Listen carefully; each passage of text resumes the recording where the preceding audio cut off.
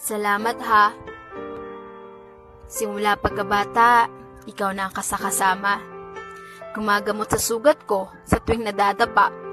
Unang nagturo kung paano magsulat at magbasa. Minsan nga, napapalo mo pa. Ikaw rin ang unang nagturo sa akin kung paano maging mabuti sa kapwa. Mama, alam kong pagod ka na. Alam ko rin na minsan umiiyak ka dahil sa problema. Pero di mo lang ipinapakita. Alam ko rin na may nararamdaman ka na dahil sa maghapong paggawa at walang pahinga. Ingatan mo naman sarili mo, Mama. Di kasi namin kaya pag may nangyari sa iyong masama. Sana humaba pa buhay mo.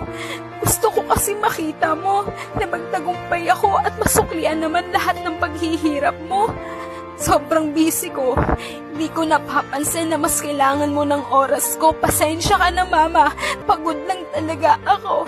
Pero ikaw yung nag-iisang tao na nanatili sa tabi ko. Salamat sa sakripisyo mo. Pangako, pag di mo na kayang pumayo, ako ang magiging paa mo. Alam ko darating ang araw na kailangan mo na kaming iwan. Nakukwento ko sa magiging anak ko kung gaano kabuting ina at ibabahagi ko ang mga payo mo sa kanila. Mama, mahal na mahal kita. I love you more and more and more than I can say.